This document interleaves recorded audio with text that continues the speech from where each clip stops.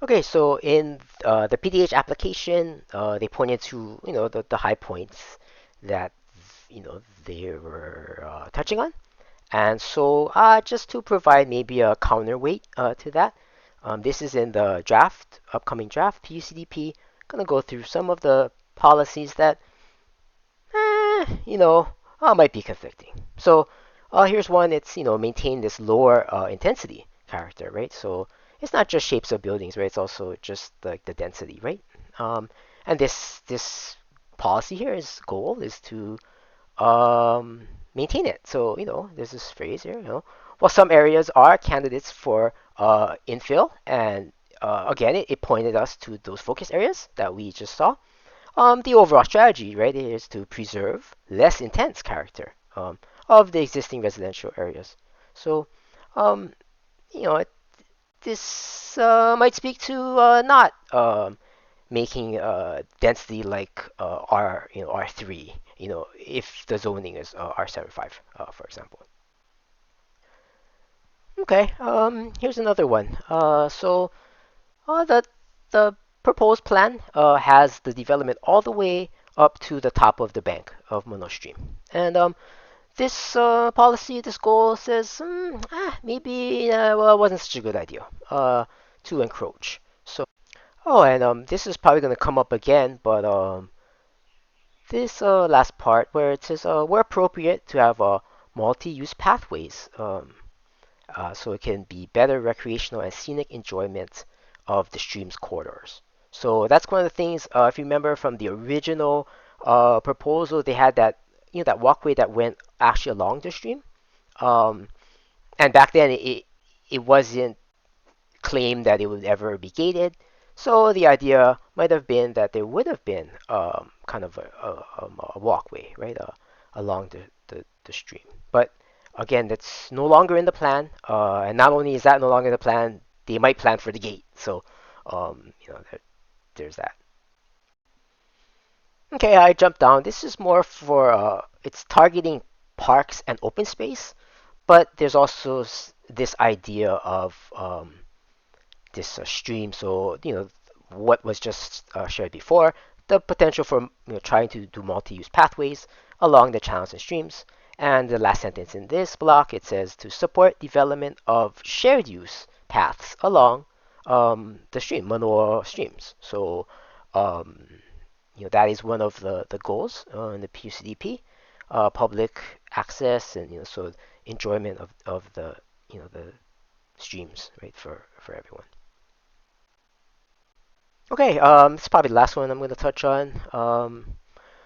There's a goal in the PUCDP to enhance the unique places and to protect and care for the historical structures that exist here.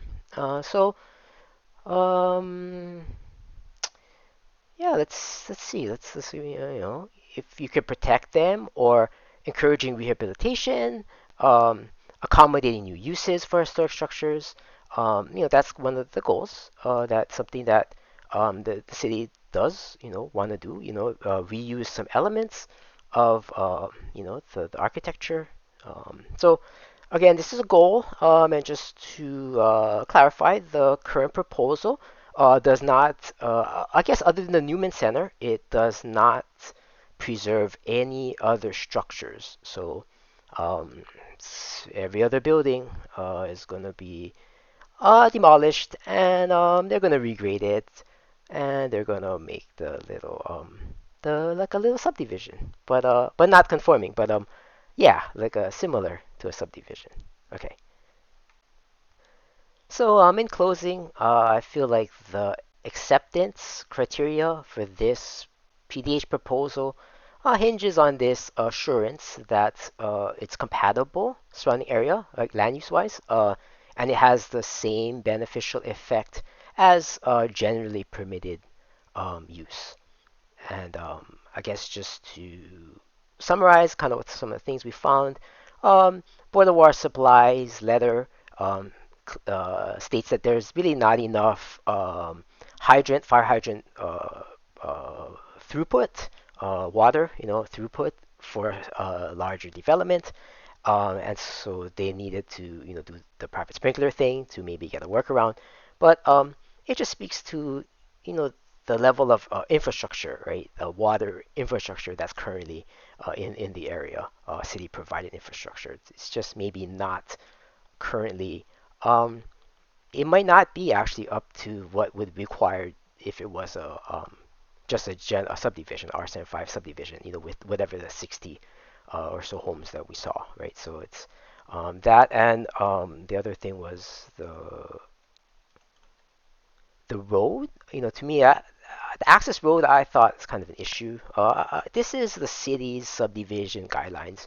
Um, so if you have a road that has to service, let's say, around 100 um, dwelling units, um, then the city subdivision rules calls for fully improved. I mean, this is a 50-foot right of way uh, with a 26 to 28-foot road and sidewalks on both sides. So again, that's similar, I think, in what we saw on Pinal Street that service the Manoa states. We're talking about a fully improved um, road of this tier, like a sub-collector tier road. And um, the current Pomo road is I mean, it's down here, right? It was built to service a few units, right? Under 25 probably, and that's why you know it's a 20-foot road, and I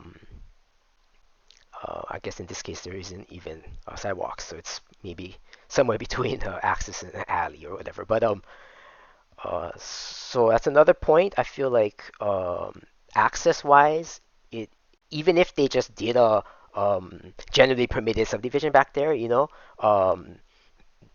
Pomo Road, the access to that um, whatever new subdivision area wouldn't be up to the subdivision standard, which would require it to be a more improved roadway. Yeah, so I think I'm gonna end this video. Thank you for listening.